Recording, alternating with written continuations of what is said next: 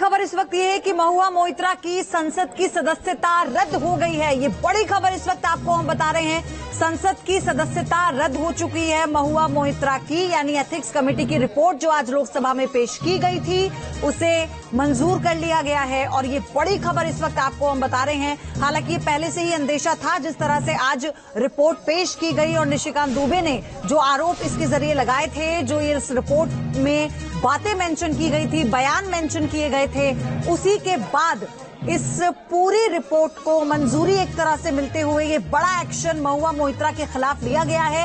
ये उन्हें उनकी सदस्यता से हटा दिया गया है, चली गई है उनकी संसद की सदस्यता, रद्द हो गई है।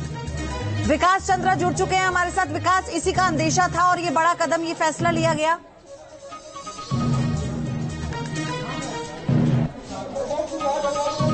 जी बिल्कुल, अंदेशा नहीं था, ये होना ही था क्योंकि संसदीय परंपरा की बात थी, संसदीय मर्यादा की बात थी जी। और सांसदों के को जो अधिकार दिए गए हैं उसके गंभीरता की बात थी और वो इसको बनाए रखने के लिए संसद की तरफ से एक कोशिश होती ही, क्योंकि जिस तरीके से पूरे मामले को बीजेपी सांसद निशिकांत दुबे एथिक्स कमेटी के पास ले गए और एथिक्स कमेटी ने पूरी सुनवाई की, महुआ मोइत्रा को विपक्ष रखने का मौका दिया, निशिकांत दुबे ने अपनी शिकायत में पूरी जानकारी उपलब्ध कराई थी।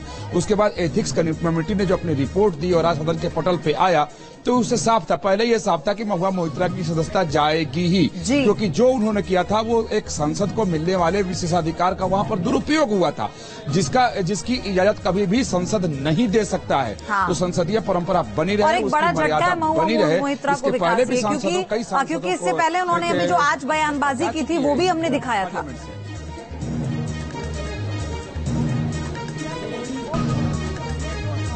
जी बिल्कुल, जो उन्होंने बयान दिए वो भी किसी एक गंभीर सांसद की तरह उन्होंने बयान नहीं दिया। यहाँ उनको अपनी गंभीरता दिखानी चाहिए थी, उनको संसदीय और परंपरा का और संसद का सम्मान करना चाहिए था, क्योंकि जो एथिक्स कमेटी है वो संसद की कमेटी है, न कि किसी व्यक्ति विशेष और पार्टी की कमेटी है। अगर संसद की कमेटी जांच कर रही है तो उसकी अपनी एक महत्ता होती है, उसकी एक सर्वोच्चता होती है, तो उसकी महत्ता और सर्वोच्चता को बट्टा नहीं लगाया जा सकता है बयानों के जरिए। साथ ही अगर समिति की बात तो अलग है, संसद की अपनी एक सर्वोच्चता है, उसकी महत्ता है, तो उसकी वो बरकरार रहे, इसके लिए भूतकाल में भी कई सांसदों की सदस्यता गई है और हटाया गया है उनको।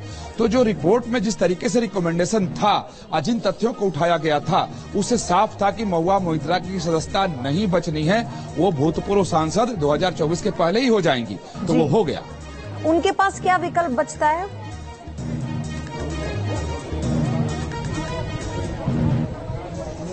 देखिए, अब उनके पास कोई विकल्प नहीं है, क्योंकि अब देखें कि 2024 के चुनाव में अब 6 महीने का भी वक्त नहीं बचा है। अब उनकी सदस्यता गई है, ठीक बात, और ये स्पीकर की तरफ गया है, लेकिन वो एक लीगल रेमेडी के लिए अपने देश में हमेशा व्यवस्था रहती है, वो सुप्रीम कोर्ट भी जा सकती हैं, इसमें कहीं कोई संदेह नहीं है, उनके लिए न्यायिक रास्ता खुला हुआ है। लेकिन जब संसद के अध्यक्ष की तरफ से और सदन के पटल पे रख करके उसको जब सदन स्वीकार कर लेता है तो सामान्य तौर पर न्यायपालिका भी उसमें हस्तक्षेप नहीं करती है, क्योंकि इसमें पूरा संवैधानिक अधिकार अध्यक्ष और सदन को होता है। सब सदन और अध्यक्ष जो निर्णय कर लेता है वो संसद के सदस्यों के ऊपर लागू होता है। इसके बावजूद चूंकि अपने देश में नेचुरल जस्टिस है, प्राकृतिक न्याय की व्यवस्था है, संविधान उसको सुनिश्चित करता है, संविधान हर नागरिक को अधिकार देता है कि वो अपने खिलाफ हुए किसी भी चीज के लिए न्यायालय में कभी भी जा सकता है। तो महुआ मोइत्रा के लिए न्यायालय का दरवाजा खुला हुआ है, लेकिन अब न्यायालय उस पर क्या लेगा, वो तो न्यायालय में जाने के बाद अगर वो जाती हैं, ऐसा करती हैं, तो न्यायालय क्या निर्देश आता है या क्या करता है वो तो अलग की बात है।